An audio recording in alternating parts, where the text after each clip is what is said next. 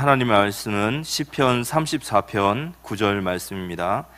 시편 34편 9절 말씀을 우리 한 목소리로 합독하도록 하겠습니다. 너희 성도들아 여호와를 경외하라. 그를 경외하는 자에게는 부족함이 없도다. 아멘.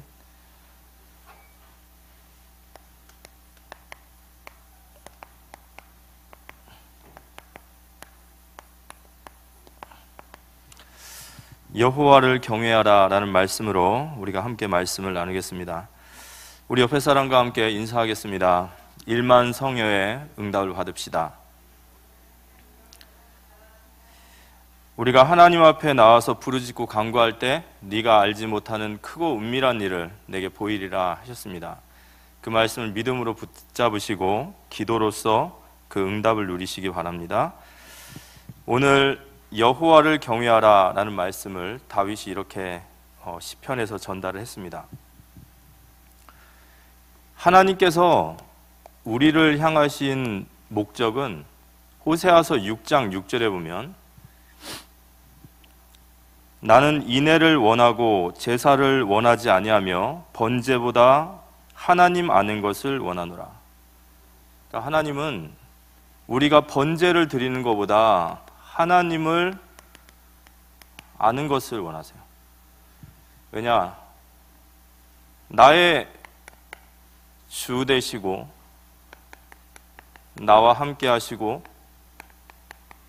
나를 사랑하시고 그리고 나를 인도하시는 분이 누구신지 알 때 그게 우리의 인생의 가장 큰 힘이 되어지거든요.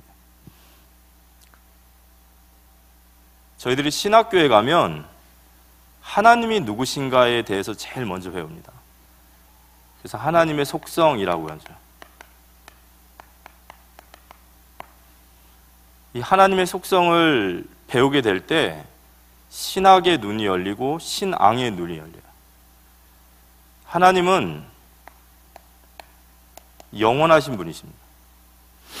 이 말은 하나님은 시간을 초월하신 분이세요. 시간을 창조하신 분이세요. 그 말은 하나님은 처음과 끝에 시간을 초월하신다는 말은 하나님은 처음과 끝을 동시에 보고 계시는 분이세요. 그러니까 아담과 우리가 동일한 거예요.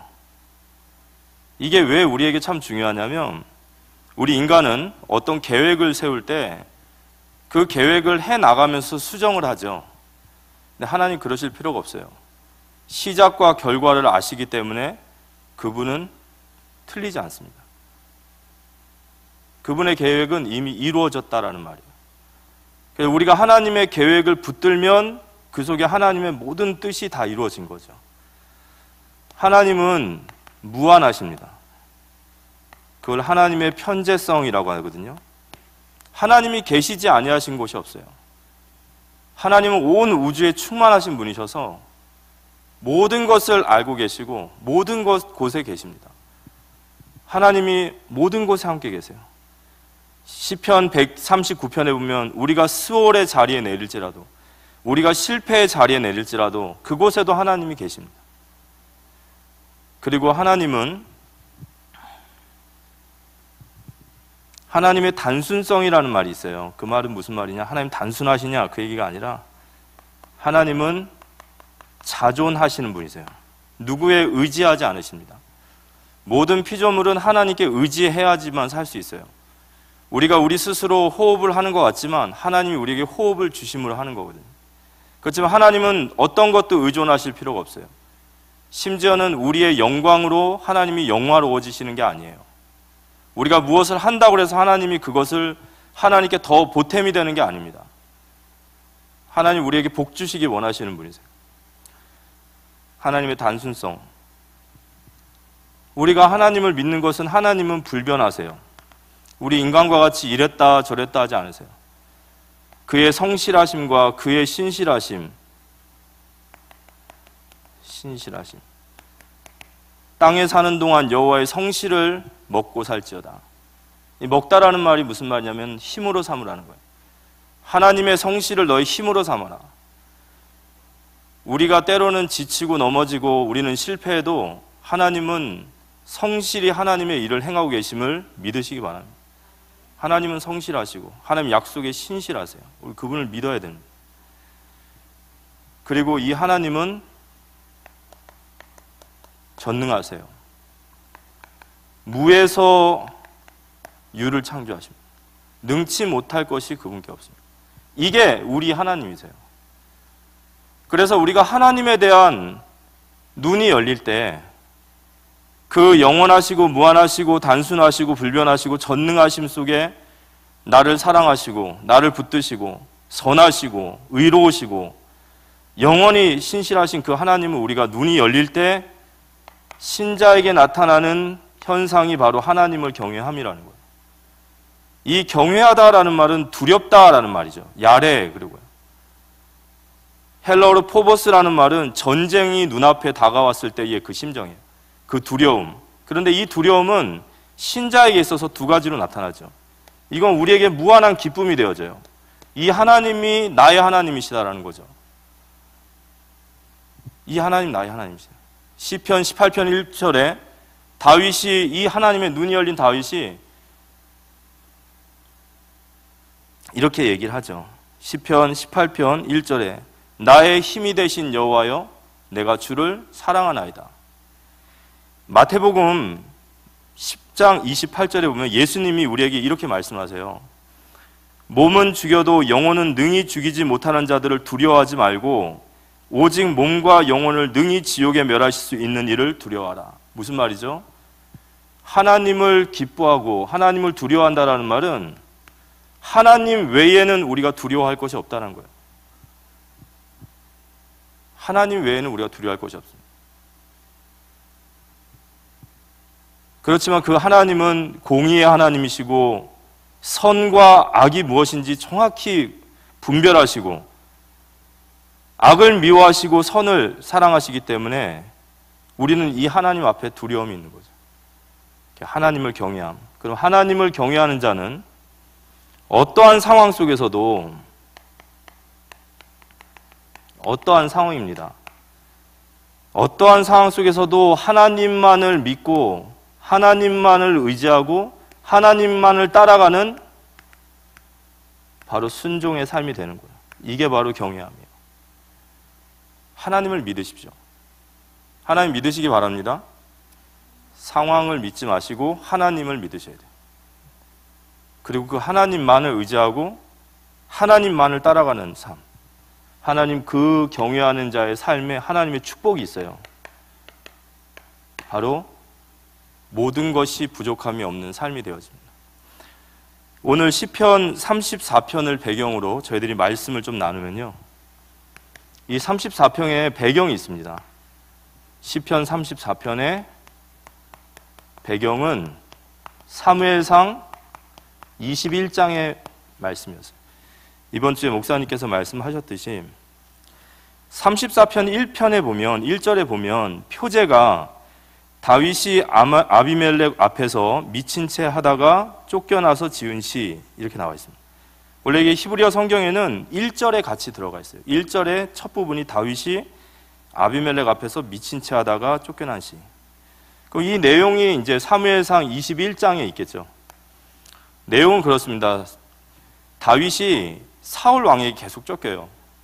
그러다가 이제 더 이상 도망갈 데가 없어진 거예요. 왜냐하면 왕이 군대를 이끌고 다윗을 죽이겠다고 하는데 아무리 도망갈 데가 없어요. 그래서 결국에는 다윗이 블레셋 땅으로 갑니다. 블레셋 가드라고 하는 땅으로 가요. 그 가드 땅에 갔어요. 그래서 거기서 좀 숨어 있으려고 했는데 그 가드 왕 아기스라고 하는 왕의 신하가 다윗을 알아보는 거예요. 저자가 이스라엘의 왕 다윗이 아니냐. 조금 성경을 깊게 보시는 분들은 아비멜렉 앞에서 쫓겨났는데 이거 아기스 왕의 얘기잖아 이렇게 나오죠. 이 아비멜렉이라는 말은 블레셋 왕들을 대표하는 말이에요. 그래서 애굽 왕은 바로 우리가 이렇게 부르고 블레셋 왕들은 아비멜렉 이렇게 합니다. 그러니까 블레셋 땅에 바로 왕 아기스 왕. 근데 여기가 어디 땅이냐면 가드예요. 그럼 가드면 어디 땅이죠? 골리앗 땅입니다. 그러니까 이 아기스 왕은 전 세계를 정복할 야욕을 딱 가지고 있었어요. 골리앗이라는 엄청난 장수를 가지고. 근데 그 골리앗을 꺾은 왕이 다윗이에요. 근데 그 다윗이 지금 이 나라로 들어왔다라는 것은 반드시 죽여야 될 사람인 거죠. 이게 다윗의 절대절명의 상황입니다. 이때 다윗이 미친 척을 하기 시작하는 거예요. 미친 채 하고 침을 흘리고. 근데 그 모습을 보면서 이 아기스 왕이 하는 말이, 아니 나에게 미친 자가 없어서 또다시 나에게 이런 미친 자를 데려왔느냐 하면서 저건 죽일 가치도 없다 하면서 보내버리는 거예요. 다윗이 여기서 완전히 모욕과 수모를 당하지만 살아났습니다. 근데 이곳에서 미친 채 하다가 그 아기스 왕의 손에서 벗어나서 살아나게 됐고, 그 살아난 이후에 다윗이 이 시를 써요. 그래서 이 시는 찬양시라고도 하고 다윗의 간증의 시라고도 합니다. 미친 척한 후에 살아난 다윗이, 그래서 시편 34편 1절에서 3절에 보면 다윗이 찬양을 해요. 하나님을 높입니다. 어떻게 높이냐면요, 다윗이 아비멜렉 앞에서 미친 채 하다가 쫓겨나서 지은 시, 내가 여호와를 항상 송축하며 내 입술로 항상 주를 찬양하리이다. 내 영혼이 여호와를 자랑하리니 공고한 자들이 이를 듣고 기뻐하리로다. 나와 함께 여호와를 광대하시다 하며 함께 그의 이름을 높이세. 다윗은 자신의 공고한 시간에 나를 구원하신 하나님을 찬양하기 시작했습니다. 그를 찬양하고 그를 송축하고 그의 이름이 광대하시다 찬양하기 시작했어요. 그러면서 다윗이 이 공고함 속에서 나를 구원하신 그 하나님을 향해 찬양하면서 우리에게 이렇게 말하는 거예요. 하나님을 바라보라. 공고한 자들에게, 그리고 우리 후대들에게, 나와 같이 공고한 상황 속에 있는 자들에게 하나님을 바라보라. 다윗이 이렇게 말하기 시작하는 겁니다. 그래서 시편 34편 4절에서 8절까지 보면 읽어보겠습니다. 내가 여호와께 간구하매 내게 응답하시고 내 모든 두려움에서 나를 건지셨도다. 그들이 주를 앙망하고 광채를 내었으니 그들의 얼굴은 부끄럽지 아니하리로다. 이 공고한 자가 부르짖음에 여호와께서 들으시고 그의 모든 환난에서 구원하셨도다. 여호와의 천사가 주를 경외하는 자를 둘러 진치고 그들을 건지셨도다. 너희는 여호와의 선하심을 맛보아 알지어다. 그에게 피하는 자는 복이 있도다. 다윗이 고백하는 거예요. 내가 여호와께 간구하며 그가 나를 두려움에서 건지셨다. 내가 여호와를 바라보고 앙망할 때에 내 얼굴이 부끄러움을 당하지 아니하였다. 내가 여호와께 부르짖음에 그가 모든 환난에서 나를 구원하셨고 여호와를 경외하는 자들을 환난에서 건지시며 그에게 피하는 자가 복이 있다. 그래서 우리에게 얘기하는 거예요. 환난을 만난 자, 공고한 자들아, 여호와를 바라보라. 여호와를 바라보는 시간 되시기를 바랍니다. 시편 34편 2절에 내 영혼이 여호와를 자랑하리니 공고한 자들이 이를 듣고 기뻐하리로다. 다윗이 무슨 얘기를 하고 싶으냐면요, 우리의 진짜 피난처가 어디냐 이거예요. 우리가 누구에게 피하겠습니까? 대통령에게 피하겠습니까? 저 한국은행 은행장에게 피하겠습니까?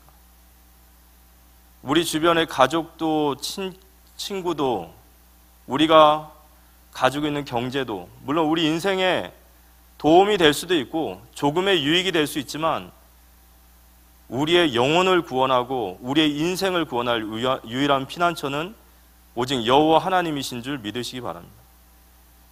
여호와를 경외하라. 여호와만을 믿고 여호와만을 의지하고 여호와만을 따라가라. 이게 경외하는 삶인 거죠. 진짜 여호와만이 나의 피난처라면 그분께 간구하고 부르짖고 나아가지 않을 수 없는 거예요. 여호와가 피난처가 아닌 자는 기도하지 않겠죠. 그렇지만 그분만이 나의 피난처시라면 그분께 나아가야 돼요. 나의 피난처는 주님밖에 없습니다. 내가 주님을 바라봅니다.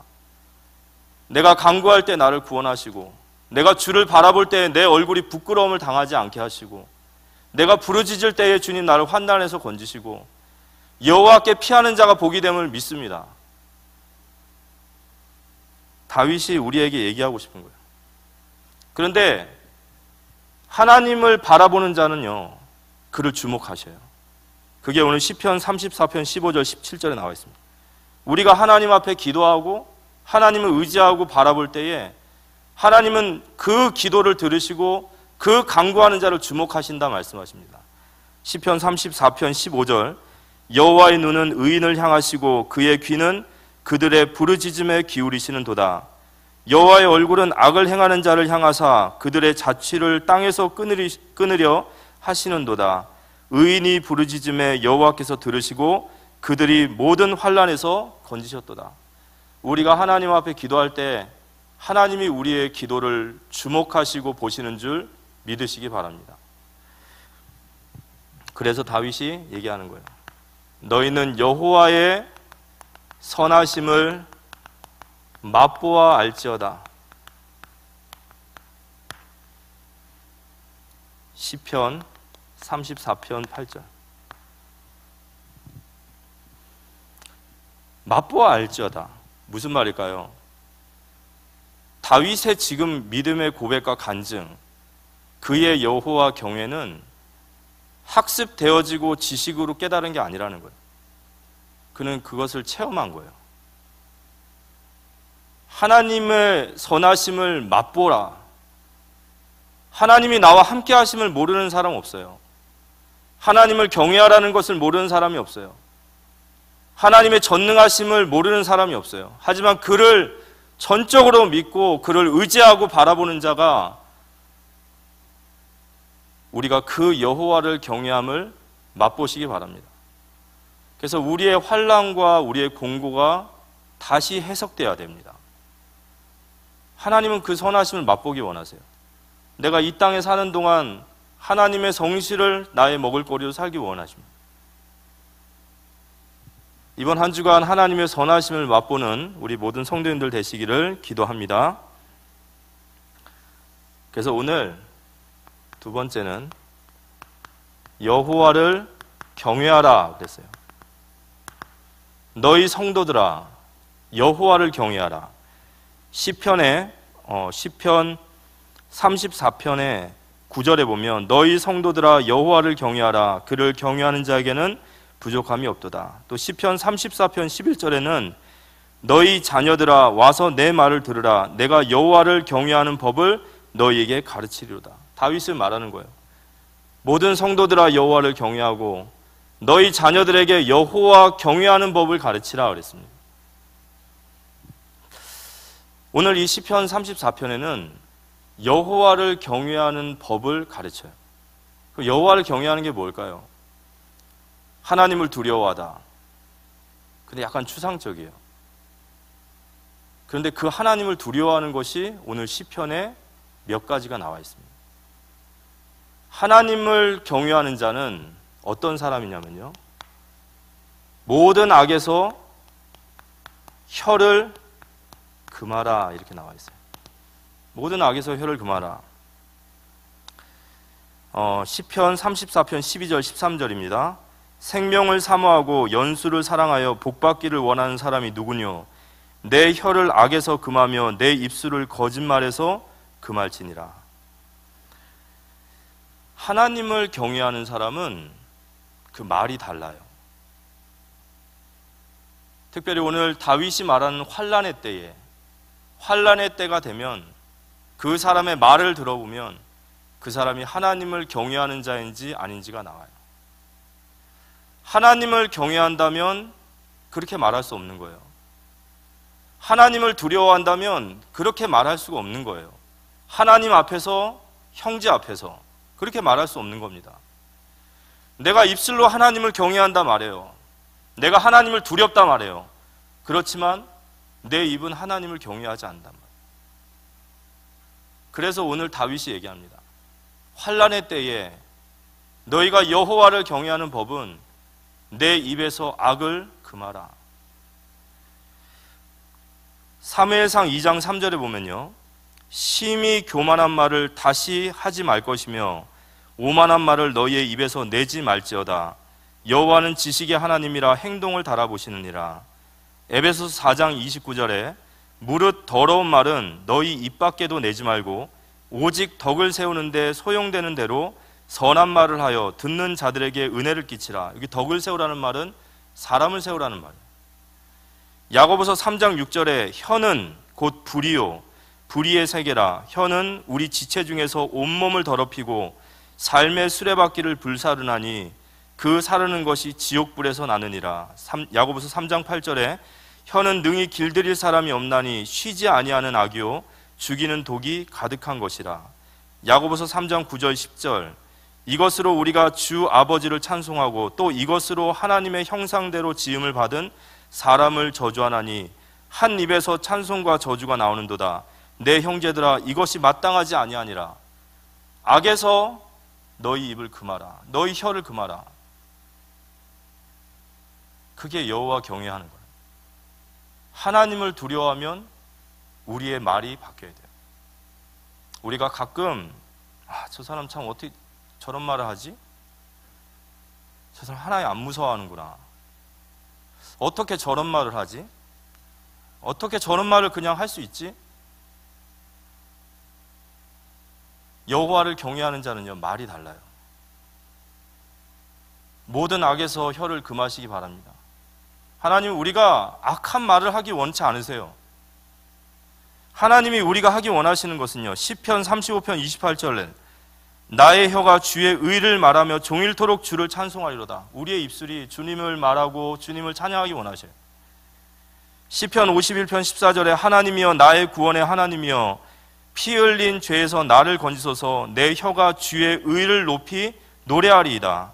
시편 51편 15절 주여 내 입술을 열어주소서. 내 입이 주를 찬송하여 전파하리이다.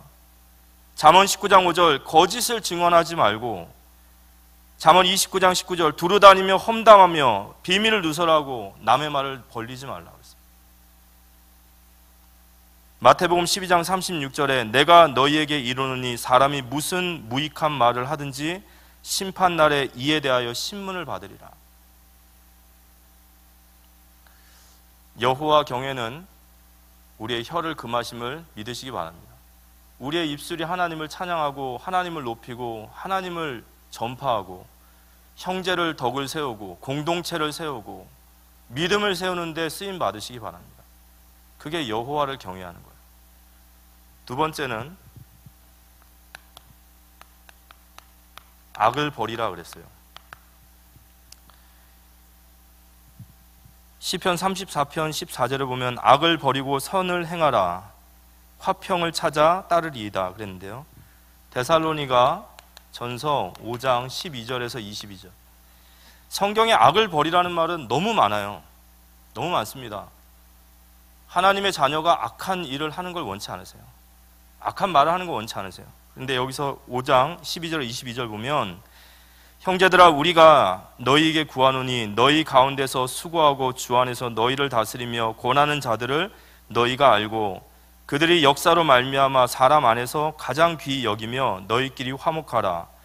또 형제들아 너희를 권하노니 게으른 자들을 권계하며 마음에 약한 자들을 격려하고 힘이 없는 자들을 붙들어주며 모든 사람에게 오래 참으라. 5장 15절 삼가 누가 누구에게든지 악으로 악을 갚지 말게 하고 서로 대하든지 모든 사람을 대하든지 항상 선을 따르라. 항상 기뻐하라. 쉬지 말고 기도하라. 범사에 감사하라. 이것이 그리스도 예수 안에서 너희를 향하신 하나님의 뜻이니라. 성령을 소멸하지 말며 예언을 멸시하지 말고 범사에 헤아려 좋은 것을 취하고 악은 어떤 모양이든지 버리라. 악은 어떤 모양이든지 버리라.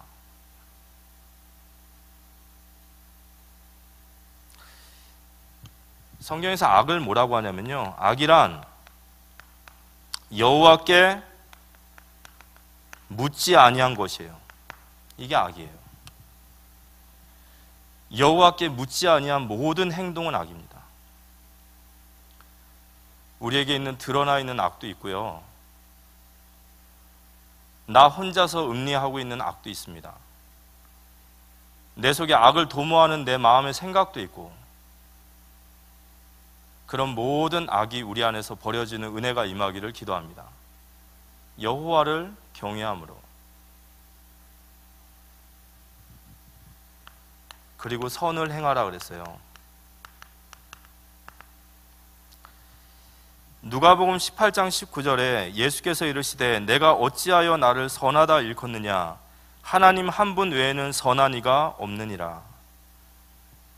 우리가 선을 행하라는 말, 그럼 선이 무엇이죠?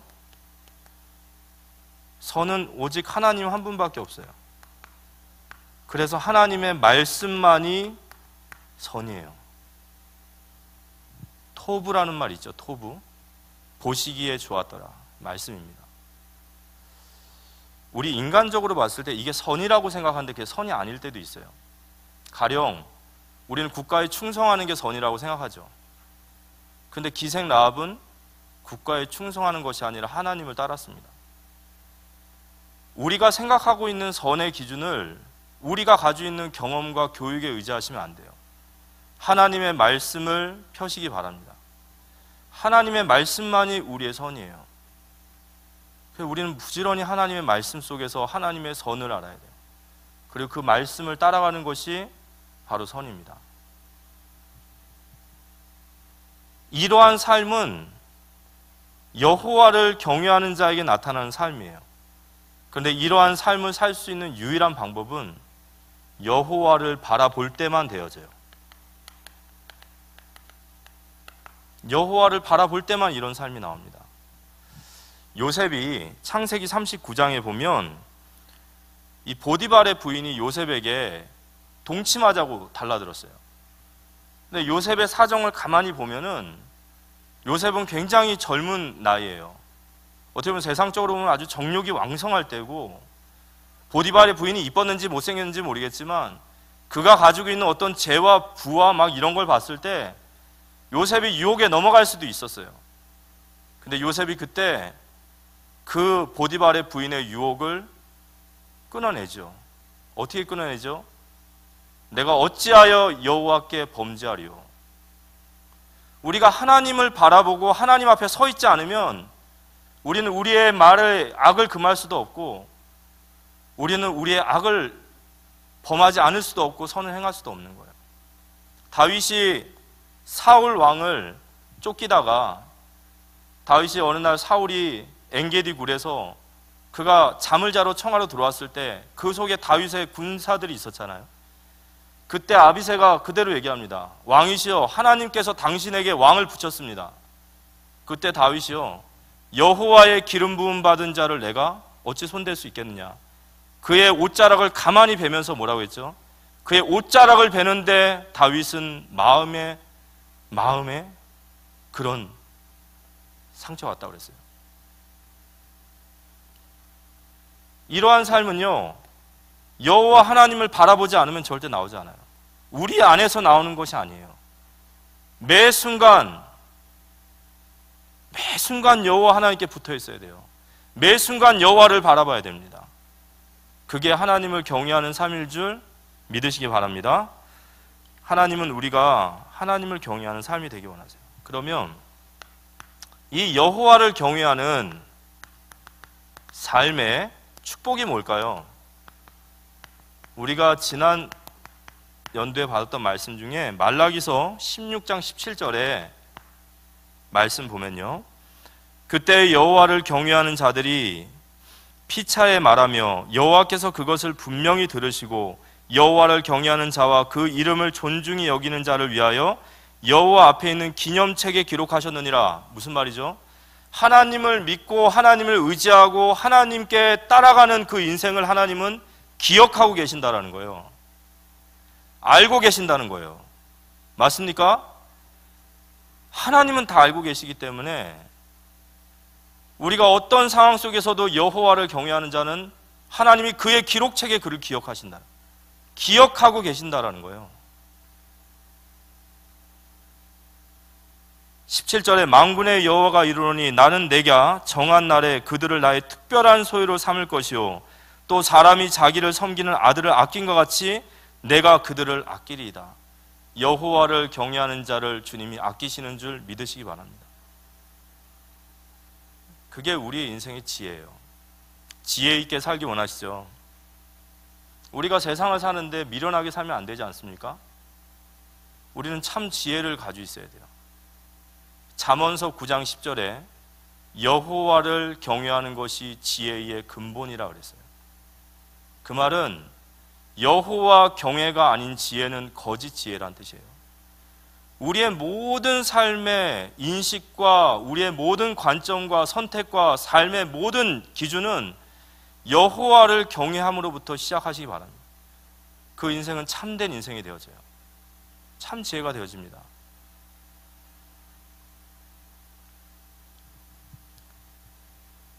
다윗이 여호와를 경외하는 자였어요. 하나님이 그 여호와를 경외하는 다윗에게 어떤 축복을 주셨냐면요, 그를 곤고한 자들의 기쁨이 되는 삶이 되게 하셨어요.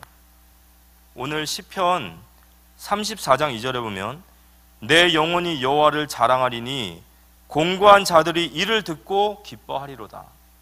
다윗이 세상적인 많은 풍요와 건강과 많은 축복을 받아서 간증을 했다면 많은 사람들이 와 했을 거예요.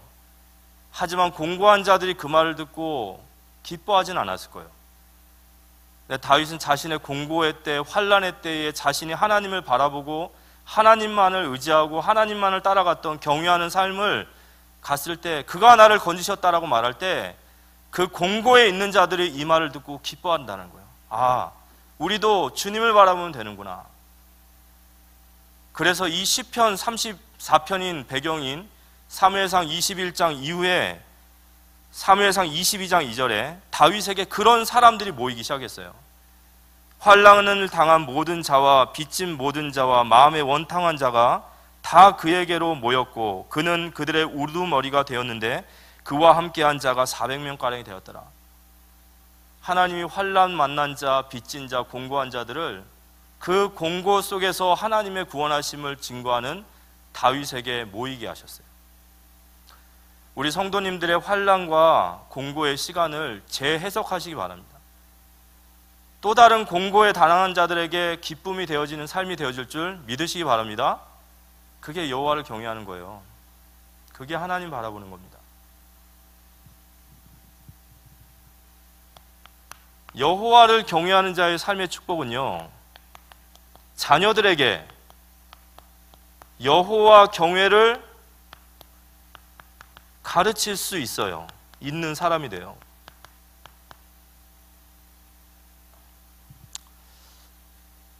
맛보아 알지어다. 우리가 이 여호와의 경외하는 맛을 보면 우리 자녀들에게 여호와의 경외를 보여줄 수 있습니다.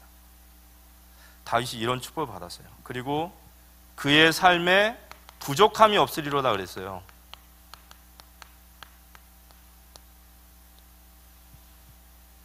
다윗이 하나님을 경외하고 하나님만을 바라볼 때 그의 삶이, 그 공고가 찬양의 삶으로 바뀌었어요. 찬송하리로다. 그의 삶이 기쁨으로 바뀌었습니다. 그의 얼굴이 아기스 왕 앞에서는 모욕을 받았지만 하나님은 그의 얼굴을 높이셔서 그를 부끄럽지 않게 하셨어요. 그리고 그의 모든 삶이 공고한 자들의 기쁨이 되어지는 증인의 삶이 되었습니다. 하나님이 다윗에게 이런 많은 축복을 주셨습니다. 그래서 오늘 결론적으로 말씀을 마치면요, 다윗이 이야기했지만 기록된 성경의 말씀입니다. 너희 성도들아 여호와를 경외하라. 명령형이죠. 전도서 12장에는 이것이 사람의 본분이라고 했고, 신명기 10장에는 하나님이 우리에게 요구하시는 것은 여호와를 경외하는 삶이라고 그랬어요. 여호와를 경외하라 우리에게 말씀하십니다.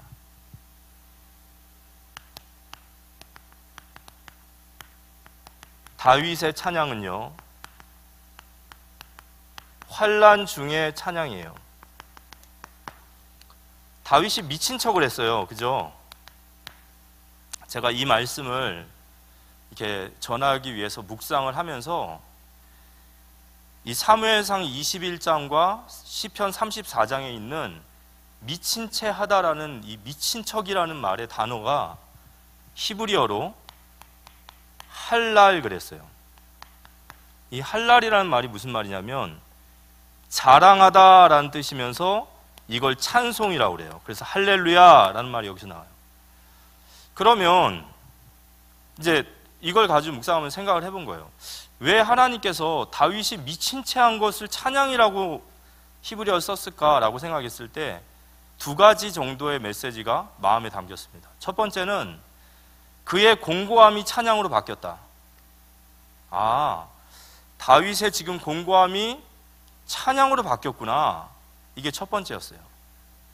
근데 두 번째는 뭐였냐면 다윗의 미친 척이 바로 하나님의 찬양이었어요. 다윗이 미친 척한 것이 바로 하나님께 찬양한 것이에요. 무슨 말씀이냐?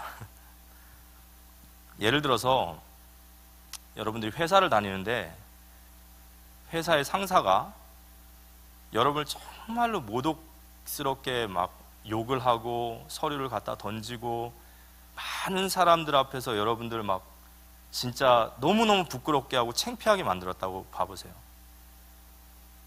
그럼 내 마음속에 어떠겠습니까? 이걸 진짜 때려쳐? 아이고 이걸 내 승질대로 한번 해? 관둬버릴까? 이러잖아요. 그죠? 관둬버릴까 하는데 관 못 둬요. 왜죠? 누가 생각이 나죠? 자녀들이 생각나는 거예요. 우리가 살다 보면은 이런 상황들이 와요. 진짜 다윗과 같이 미친 척을 할 만큼 그렇게 인생의 바닥을 치고 부끄러움을 당하고 모독을 당하고 힘들 때가 옵니다. 근데 그 삶을 내려놓지를 못해요. 왜 못 내려놓죠? 내려놓으면 되는데 왜 못 내려놔요? 내려놓으려고 하는데 하나님이 그렇게 하지 말라는 거예요. 자꾸 끄털이 하나님이 걸리는 거예요. 제가 이번에 우리 이제 대학부의 어떤 랩런트가 이번 학기에 들어가지고 많은 일들이 그 친구한테 이렇게 일어났어요. 좋은 일인데 막 시간표적으로도 많이 어렵고 막 여러 가지 일이 겹치니까 본인이 이렇게 영적으로 피곤함을 많이 느꼈나 봐요. 그러면서 이제 이 친구가 그러면서 마음속에 막 회의감이 오는 거예요. 뭐지? 나는 왜 이렇게 헌신에 대한 생각들이 이러지? 이런 생각도 하고 내가 은혜를 못 받는데 어떻게 헌신을 할까? 그러면서 막 이런 생각들로 막 불신앙이 막 가득 차는 거예요. 그래서 막 한 주 동안을 너무 힘들게 살았다라고 얘기를 하면서 그 다음 주에 이제 제가 좀 알게 됐는데 이번에 이제 대학 현장 신방을 가면서 이야기를 하게 됐습니다. 이야기를 들었더니 자기가 너무 힘들었고 많이 놓고 싶고 막 그랬다고. 그래서 제가 그랬어요.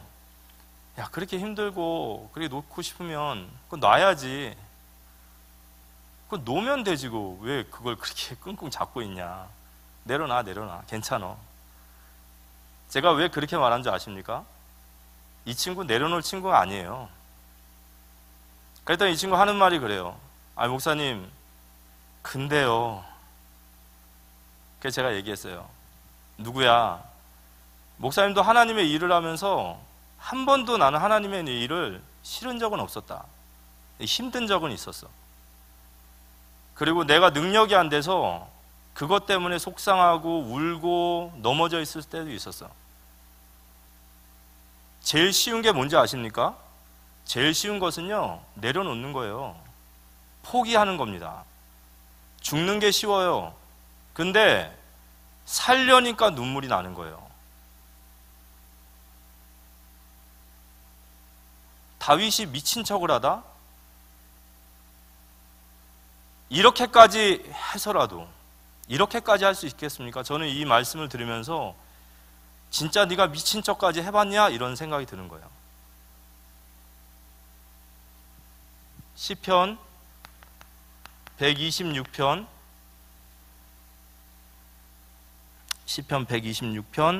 5절에서 6절. 눈물을 흘리며 씨를 뿌리는 자는 기쁨으로 거두리로다. 울며 씨를 뿌리러 나가는 자는 반드시 기쁨으로 그 곡식의 단을 가지고 돌아오리로다. 이게 저는 다윗의 여호와 경외라고 생각합니다. 이렇게까지 해야 돼? 근데 다윗은 그 마지막 끝털이 하나님이 계신 거예요. 지금 환난과 공고 속에 있으신 모든 분들이 하나님 옆에 힘을 얻으시기 바랍니다. 울면서 씨를 뿌리는 자는 반드시 기쁨의 단을 거둘 줄 믿으시기 바랍니다. 그래서 오늘 하나님께서 우리에게 여호와를 경외하라 그랬어요. 어떻게 경외해야 되죠? 악에서, 모든 악에서 너의 혀를 금하라. 너의 혀를 금하라. 너의 입술이 하나님을 찬양하고 하나님을 전파하고 형제를 덕을 세우고 교회를 하나 되게 만들고 하나님의 광대하심과 송축하심을 찬양하는 일에 써라. 모든 불의에서, 모든 악에서 우리의 혀가 금해지는 은혜가 임하기를 기도합니다.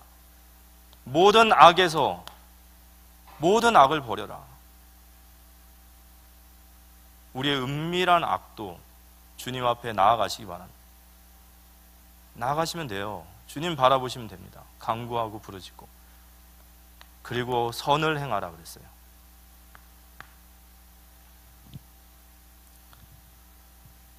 우리가 여호와를 경외하는 삶을 살기 위해서 매 순간 우리는 주님을 바라봐야 돼요. 이 방법밖에 없어요. 내가 주님을 바라봐야 내가 하나님을 경외하는 삶을 살 수 있습니다. 다윗이 얼마나 큰 축복을 받았습니까? 그죠? 그 다윗이 그 자녀들에게, 그 자녀들이 누굴까요? 저희예요. 그죠? 그 후대인 우리입니다. 우리에게 말하고 싶은 거예요. 자녀들아, 여호와를 경외하는 법을 배우라. 우리가 하나님을 사랑하고 두려움으로 그분만을 믿고 그분만을 의지하고 그분만을 따라가는 경외의 삶이 되시길 기도합니다. 그래서 많은 공고한 자들의 기쁨이 되어지고 우리 자녀들에게 여호와 경외를 전달하는 우리 모든 성도님들의 삶이 되어지시기를, 또 이 한 주간 되어지시기를 살아계신 예수님의 이름으로 기도합니다.